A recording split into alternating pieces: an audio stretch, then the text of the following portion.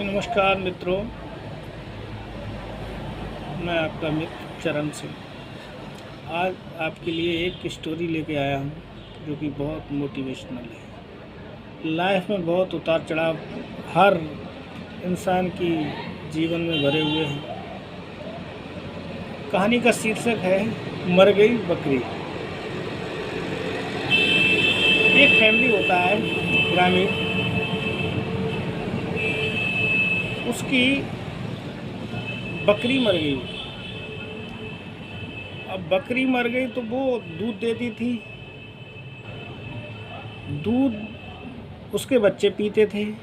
अब मरने के बाद उसके बच्चे दूध के लिए तरसने लगे। कुछ दिनों के बाद उसकी पत्नी बोलती है कि क्यों ना राजा जी से मदद ले ली जाए।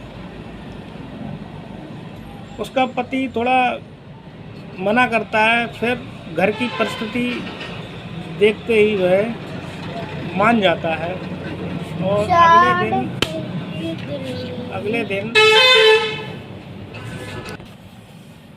पति पत्नी के काफ़ी समझाने के बाद एग्री हो जाता है और वह राजा के दरबार के लिए चल देता है। राजा के दरबार में जब पहुंचता है तो राजा काफ़ी दयालु है, काफ़ी प्रसिद्ध है। वो परेशान लोगों की मदद करता है। सबसे पहले उसके यहाँ का नियम है कि वो पहले जो फरियादी लोग आते हैं उनकी बहुत खातिरदारी करता है। तत्पश्चात दरबार में पेश किया जाता है। दरबार में जब पेश होता है तो राजा पूछते हैं क्या दिक्कत है, भी बताओ। वो बताता है कि मेरी बकरी मर गई, मेरे बच्चों का दूध छूट गया, पालन पोषण होना मुश्किल हो रहा है। तो कोई बात नहीं, दिक्कत आई है, हम आपकी मदद करेंगे। उन्होंने कहते हैं मंत्री इनके लिए एक बकरी दी जाए। बकरी दी जाती है। बकरी लेकर वो परिवार अपने घर के लिए चल देता है। अब उसके बच्चे दूध पीने लगते हैं। बड़ा खुश था परिवार। कुछ दिनों के बाद 15 दिनों के बाद वो बकरी मर जाती है। बड़ा दुख पुनः होता है उस परिवार को। फिर उनके बच्चों का दूध छूट जाता है।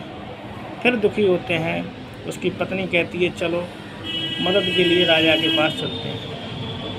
पति फिर मना करता है कि अभी तो आया ही है, फिर चल देना। नहीं चलो, और वो राजा के दरबार के लिए चल देते हैं। राजा के यहाँ जो पूर्वत उनका सम्मान हुआ, सा सम्मान उन्हें फिर दरबार में पेश किया जाता है। राजा ने पूछा क्या हुआ? उनकी साहब हमारी बकरी मर गई। बोले कोई बात नहीं, परेशान होने की कोई बात नहीं, चलो मंत्री इनके लिए बकरी दी जाए। फिर बकरी मिलती है, फिर जाते हैं, फिर हंसी खुशी परिवार रहने लगता है। कुछ दिनों के बाद पुनः बकरी मर जाती है। अब पुनः बकरी जब मरती है, अब उसका पति कहता है अब नहीं जाऊंगा राजा के दरबार। पत्नी कुछ दिनों के बाद फिर कहती है कि चलो अब बच्चों की स्थिति देखी नहीं जा रही है, चलो राजा के दरबार। अब वो मजबूरवश मान लेता है, चलो चलते हैं। फिर राजा के दरबार में पहुंचते हैं और राजा फिर सासम्मान उनको पूरी खातिरदारी करता है। फिर उसके दरबारी उसे दरबार में पेश करते हैं। राजा पूछता है क्या हुआ? उन्हें की बकरी मर गई।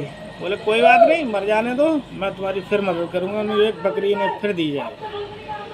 अब पुनः बकरी लेकर ये अपने घर के लिए चल देते हैं। बकरी दूध देती है। दूध देने के बाद में वो ब्याह जाती है, और ब्याती भी है किससे? बकरी से। अब 2 बकरी हो गई। अब उस बकरी के बाद कुछ दिनों के बाद और बकरियां हो गई। अब वो बड़ा चैन से रहने लगा। अब तो बहुत खुश हुआ। कुछ समय के बाद उसकी पत्नी ने कहा कि ये स्थिति पहुंचाने में किसका श्रेय है, हमारी बकरियां मर रही थी तो हमारी मदद राजा जी ने करी, क्यों ना अब अच्छे वक्त में हम अपने राजा के पास धन्यवाद कहते हैं, धन्यवाद देने चलते हैं। पति बोलता हाँ ये बात सही है, तो जिसने मदद करी है उसका धन्यवाद तो बनता है, मदद के बदले धन्यवाद तो बनता है।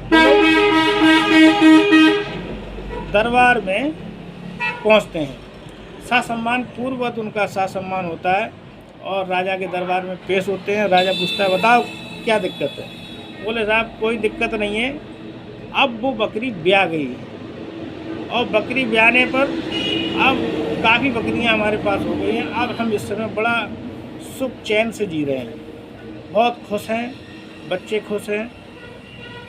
पत्नी ने कहा कि क्यों ना राजा जी को धन्यवाद देने हम आए हैं। पत्नी के कहने पर राजा बहुत खुश हुआ, बोले मंत्री इसके लिए 10 गायें और 10 गांव इन्हें दे दिए जाएं। अब वो बड़ा चौंका कि बताओ उस समय जब मैं बुरी स्थिति में था तो राजा ने मुझे बकरी दे के ही टाल दिया, अब मैं जब सब अपना सही गुजारा चल रहा है और मैंने मांगा भी कुछ ना तो इन्होंने मुझे 10 गांव दे दिए और 10 गाय दे दी। तो उन्होंने पूछा कि साहब ऐसा क्यों करा, तो राजा जी ने कहा मैंने इसलिए ऐसे कर, अब तुम्हारी तुम्हारी बकरी ब्याह चुकी है, मतलब अब आपका घर पटरी पर आ गया है। अब आप जब तुमने बुरा वक्त काट लिया तो अच्छे वक्त के लिए तुमने इंतज़ार करा, उसके लिए तुम 10 गाय और 10 गांव भी संभाल सकते हो। वो बड़ा प्रसन्न हुआ। कहने का मतलब इस कहानी का उद्देश्य ये है, जब बुरा वक्त आता है व्यक्ति पर तो चारों तरफ से परेशानियां, बीमारियां, दिक्कतें हर आदमी को परेशान करती रहती हैं। उस समय हमें अपने सच्चे मित्र, सच्चे रिश्तेदार सब पता चलते हैं। अब जब अच्छा वक्त आता है तो चारों तरफ से खुशियाँ हमारे जीवन में जिसकी हम कल्पना नहीं कर सकते वो सब हमारे सामने आती हैं। इसलिए हम लोगों को धैर्यवान रहना चाहिए बुरे वक्त में, और अच्छे वक्त में भी हमें बुरे वक्त को कभी नहीं भूलना चाहिए। और परेशानियां अगर हैं तो बकरी के ब्याहने का इंतज़ार करना चाहिए। धन्यवाद। अगर हमारी कहानी अच्छी लगी हो तो सपोर्ट करिए। धन्यवाद।